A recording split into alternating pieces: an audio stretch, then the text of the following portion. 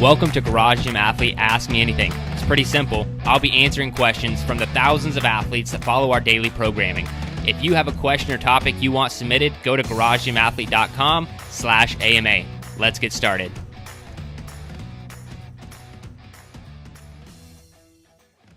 All right, ladies and gentlemen, welcome to the Garage Gym Athlete Podcast. Jerred Moon here with Joe Courtney. What's up, Joe? Hey, man.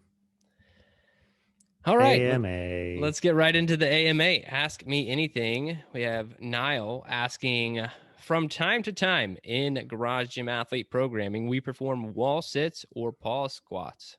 I do power yoga twice a week, and no matter how much my leg strength improves with Garage Gym Athlete, I find long holding a pose like Warrior 2, think lunge, really challenging. What are the benefits of long isometric holds? Why would you program them? And what specifically are we seeking to improve? Thanks. Got anything on the ISO holds, Joe? That no matter how much you do them or how good you get at them, they're still going to be awful. Yes. They're pretty equal to everybody in difficulty. That's why it's pretty much you can just say, hey, go do iso holds, and everybody's going to be suffering the same no matter where you are. I mean, you get more stability and better at them as you go, or just or tolerance to them. But that's kind of why one of the reasons why we do them. And yeah, if you want to get into more of the science and such about them. Yeah, so there are three contractions that muscles go through. So we have concentric, eccentric, and isometric. And the big thing that I like for people to know, just in programs in general. So I always say the missing element in most strength programs is speed. I've always said that is speed. You know, a lot of people do kind of max effort stuff where you're lifting heavy, or they'll do sub max effort where they're lifting lighter loads for repetitions. But then people always leave out dynamic. People aren't lifting for speed. And I feel the same way about just muscle contractions in general. When you look at programs, most of the time there'll be a good amount of eccentric and concentric contractions, which you have to. So that's just like lengthening and shortening of a muscle. So like the bicep curl, you have to, if you're going to do any movement, you have to have an eccentric and concentric contraction, but you don't have to have an isometric contraction, which is where you would hold that muscle, like he's saying, in a position for longer periods of time.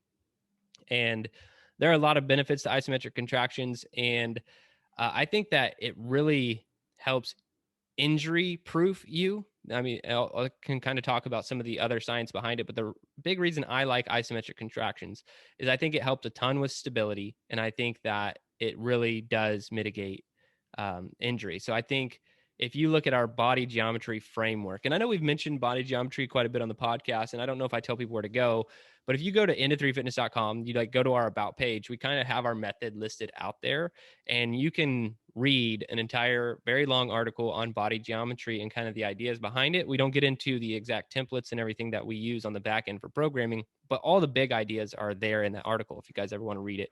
And one of the things that we talk about are progressions. We also talk about contractions, and isometric contractions are very important. Like I said, I think that they help injury proof you.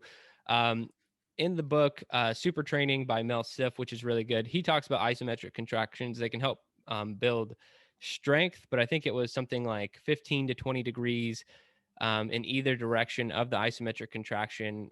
You will still build strength in those respective areas. So what does that mean? Is if I were to take like hold a squat, like you're talking about, like a wall squat or something like that, it's an isometric contraction. Now, if I were to go 15 to 20 degrees down or 15 to 20 degrees up, my muscles are still strengthening in those areas, even though I'm in a isometric contraction, if that makes sense. So it's not like it's only working this one area. It actually is strengthening your muscles for, almost full range of motion. But the full range of motion is something that you want to do. And so I know people are always talking about doing full range of motion, how that's really important. And that's not untrue. You need to be doing those things, but you have to throw in isometric contractions as well. I think it adds more stability. And like I said, it's going to help you get injured less. And it's really strengthening the full range of motion.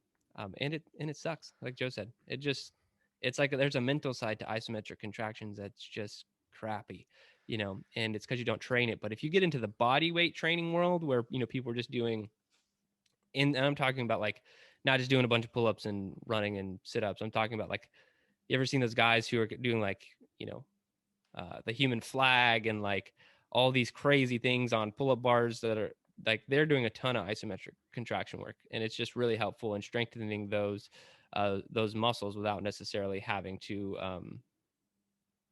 put on a ton of mass or anything like that. It helps with your muscular endurance.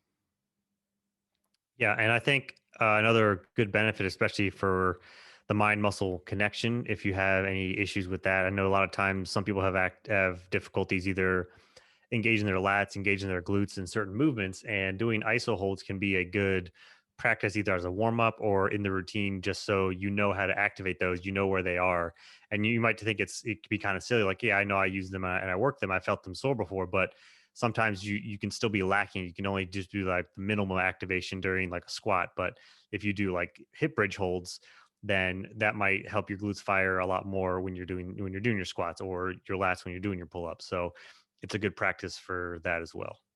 Yeah, I know performance-based physical therapists love isometric contractions for that reason that you're stating, just helping activate muscles, because you can, like, if you're pretty proficient in, let's just say, the squat, you could do the full squat movement without, I mean, you're using your muscles, but you're not truly like engaging them. You know what I mean? Like, Mhm. and I'm talking about without load. You're not really going through the full benefit of what your muscles could have seen if you were to do some sort of isometric contraction in there. So yeah, pause squats are great. Isometric contractions in general, we do them all the time. I like them for the core the most, because I think that that's the true stability element that's going to help you more than like a sit up.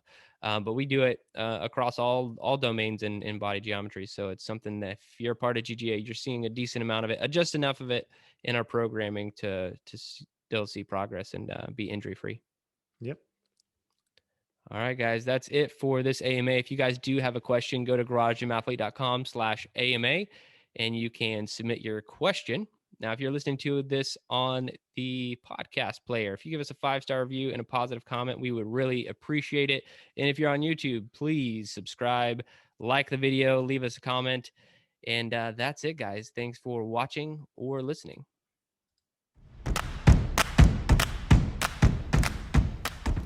I hope you enjoyed today's Ask Me Anything episode. So one more time, if you want to submit a question, topic, or idea, you can do so at garagegymathlete.com/AMA.